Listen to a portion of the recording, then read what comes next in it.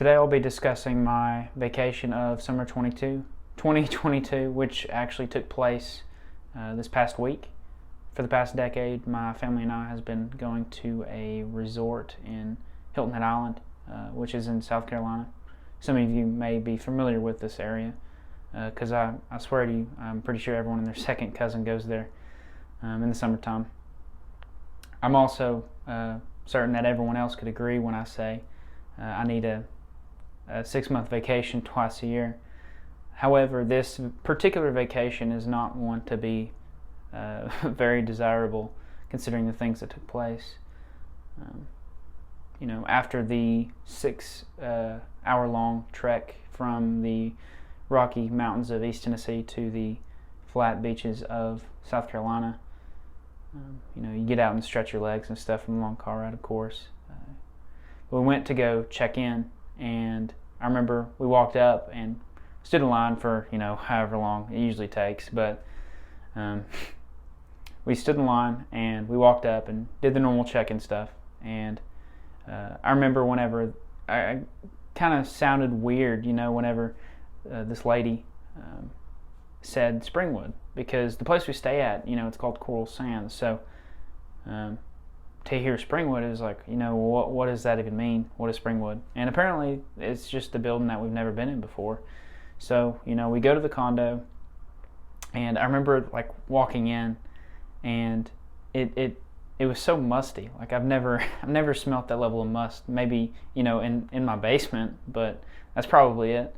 I remember the carpets looked like they were from the 80s, as well as the furniture. It just looked like an older building. We were confused at first. I was kind of not necessarily let down, but we always had the expectation of this super nice condo that we normally stay at in Coral Sands. And it just was not that. Normally it's super modern, appliances are updated, everything is in good working order, right?